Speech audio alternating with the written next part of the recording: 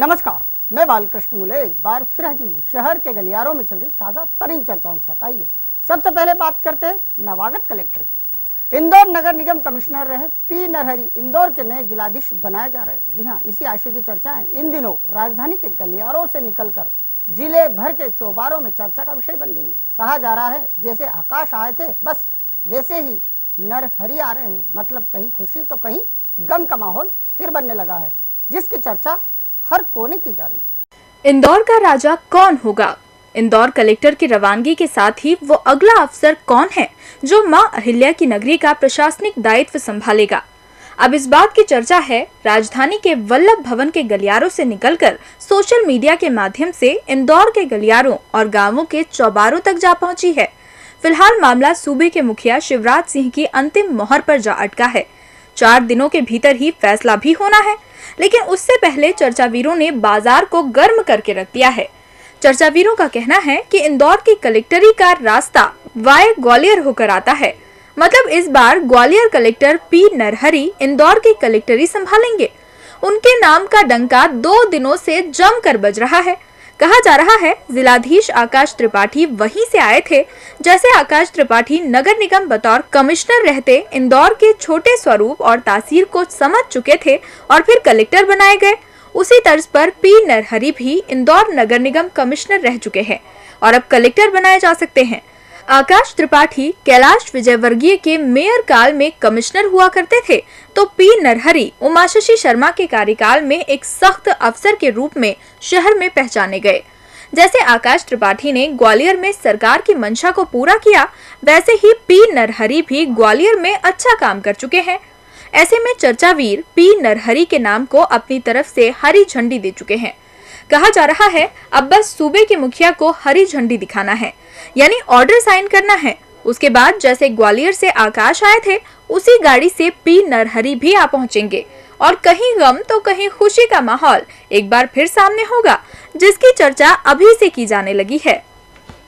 Mayor Malini Gaur का नाम भी मां अहिल्या से जोड़ा जाता रहा है। मालिनी ने चुनाव लड़ा तब भी इस बात की चर्चा हुई कि अहिल्या के बाद कोई पिछड़े वर्ग की महिला फिर एक बार इंदौर पर शासन करेगी। जैसा मां अहिल्या का शासन सत्य पर आधारित था, वैसा ही अब मालिनी के कहे को भी लिया जा रहा है। मालिनी के भतीजे का नाम सूदखोर की सूची में शुमार हुआ तो मालिनी ने अपना रुख स्पष्ट कर दिया और खाकी की राह खोल कर रख दी। अब जिधर देखो उधर ही मेयर की चर्चाएं हो रही। कहा जा रहा है बात भतीजे की हो या फिर भ्रष्ट अफसरों की, मालिनी के कहे ने कईयों को रास्ता दिया है, साथ ही जांचकर्ताओं को भी फ्री एंड दिया। सो अलग मेयर मालिनी गौड़ के बोल भले ही यूं कभी कभी ही सुनने को मिलते हैं, लेकिन जब भी वो बोलती है वो सच का साथ देती दिखाई देती है। यही खूबी मां अहिल्या में हुआ करती थी। मां अहिल्या न्यायप्रिय थी और मालिनी गौड़ ने भी सूदखोरी के मामले में अपने भतीजे चिंटू का नाम आते ही सच का साथ देने का मन बनाया और मीडिया के समक्ष बयान देकर खाकी के हाथ खोल दिए। मेयर ने कहा कि यदि उनका रिश्तेदार है तो क्या हुआ, यदि उनका खुद का बेटा भी हो तो भी सही कार्रवाई होनी चाहिए। यदि वो दोषी है तो उसके खिलाफ भी कार्रवाई की जाए। मेयर ने निगम के 3 अफसरों को लेकर भी यही रुख अपनाया। मालिनी गौड़ के यकायक घिर जाने के कारण उन्होंने ये बयान दिया है, लेकिन अब इसी बयान की तारीफ पूरे शहर के साथ ही 29 गांवों के गलियारों में की जा रही है। कहा जा रहा है मेयर काल की शुरुआत में ही मैडम का रुख हर किसी पर असर डाल रहा है। कहा जा रहा है यदि मेयर मैडम यूं ही सच का साथ देती रही तो 5 साल निकल जाएंगे, वरना तीसरी आंख हर पहलू को कैद कर रही है, जिसकी चर्चा हर कान सुन भी रहा है। इंदौर नगर निगम और बिजली कंपनी के कर्ता धर्ता इन दिनों आमने सामने हैं। दोनों मानो ताश खेल रहे हो, जैसे एक दूसरों को अपना महत्व दिखाने की कोशिश कर रहे हो। तभी तो एक दूसरे को नीचा दिखाने की कोशिश की जा रही है। दोनों ही एजेंसियां जोर आजमाइश पर उतर आई है। पहले बिजली कंपनी के कर्ता धर्ताओं ने निगम की बिजली काट दी और अगले ही दिन निगम ने वो काम कर दिया जिसके लिए वो पहले से पहचाना जाता है।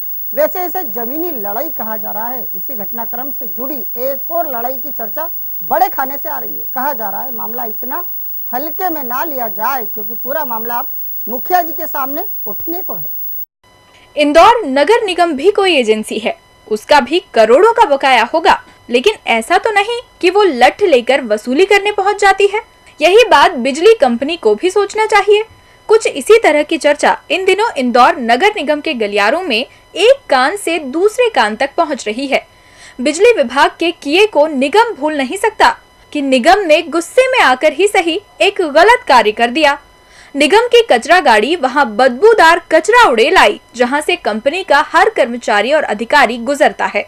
इस बात से अब बिजली कंपनी के अफसर भी खफा हैं। वो निगम के अधिकारियों के साथ एक दौर की मीटिंग कर चुका है। वसूली की राशि बड़ी है, निगम उसे नहीं जमा करवा सकता। ये बात कंपनी में बैठे अधिकारी भी अच्छी तरीके से जानते हैं। बावजूद इसके कार्रवाई की गई। इसी बात से निगम का हर अधिकारी नाराज है। इसी नाराजगी का मुजाहिरा कचरे के रूप में सामने आया है। कहा जा रहा है यदि बिजली कंपनी के कर्ता धर्ताओं ने नहला फेंका है तो उन्हें भी अपना दहला तो डालना ही था। आखिर निगम भी तो शहर के लिए काम करने वाली कोई सरकारी एजेंसी है। वैसे अंदर के खाने से खबरें बाहर निकल कर आ रही है। कहा जा रहा है निगम खुद वसूली के आंकड़े को पूरा करने में लगा है। ऐसे में बिजली कंपनी ने जो किया वो सही नहीं है। आखिर वो भी सरकारी काम ही कर रहे थे। फिर जिस समय लोग टैक्स जमा करवाने का काम कर रहे थे उसी समय बिजली क्यों काट दी गई? ये कोई छोटा मामला नहीं। इस बात को मेयर कैंप भी बड़ा घटनाक्रम मान चल रहा है। मेयर के कार्यभार ग्रहण किए कुछ समय ही बीता है और कंपनी ने ऐसा दबाव बनाया कि पूरी निगम ही दबाव में आ गई। अब इस मामले पर मेयर मैडम मुखिया जी से चर्चा करेंगी। बस सही समय और सही मौके की तलाश है। फिर कंपनी ने बगैर चर्चा के कैसे कदम उठाया उस विषय पर चर्चा होगी और पूरा कार्यकाल शांति से निपट सके ऐसा कुछ तय किया जाएगा। और अंत में बात करते हैं हेलमेट की। कलेक्टर आकाश त्रिपाठी का वाहन चालकों को हेलमेट में पेट्रोल देने का हेलमेट धारकों को पेट्रोल देने का आदेश प्रभावी रहेगा। कलेक्टर कोर्ट से मिले नोटिस का जवाब देंगे, लेकिन चर्चा भी है कि आदेश को अपनी आधी अधूरी चर्चा से शिथिल करने के काम में जुट से गए हैं। ऐसे में अब कलेक्टर ने एक बार फिर दो टूक कह दिया है, आदेश प्रभावी है, जिसका पालन हो। अब तक मांग तूंग कर काम चलाने की चर्चाएं होती थी, जो अब जग जाहिर हो रही है, कैमरे में आ रही है, साथ ही सुर्खियां बन रही है। इंदौरियंस में ढेरों खूबियां हैं, जिसे कई बार हम और आप जुगाड़ भी कहते हैं। जुगाड़ में हम अन्य शहरों से काफी आगे कहे जा सकते हैं, या फिर सर्वे हो जाए तो फिर सबसे तेज भी माने जा सकते हैं। कलेक्टर आकाश त्रिपाठी ने एक आदेश दिया और वाहन चालकों को सुरक्षा कवच यानी हेलमेट पहनाने की ठानी, लेकिन वाहन चालक हैं कि मानने को तैयार नहीं। चर्चावीर कह रहे हैं, अब देखिए, जो वाहन चालक खाकी से न सुधरे, खुद की जान जोखिम में डाले, वो क्या पेट्रोल डलवाने के लिए हेलमेट खरीदेंगे? नहीं ना, वो तो सोशल मीडिया के माध्यम से कलेक्टर के कहे में ही उलटफेर करने से बाज नहीं आएंगे। कुछ ने ऐसा किया भी, अफवाह भी उड़ा दी, कहा साहब ने आदेश ही वापस ले लिया है।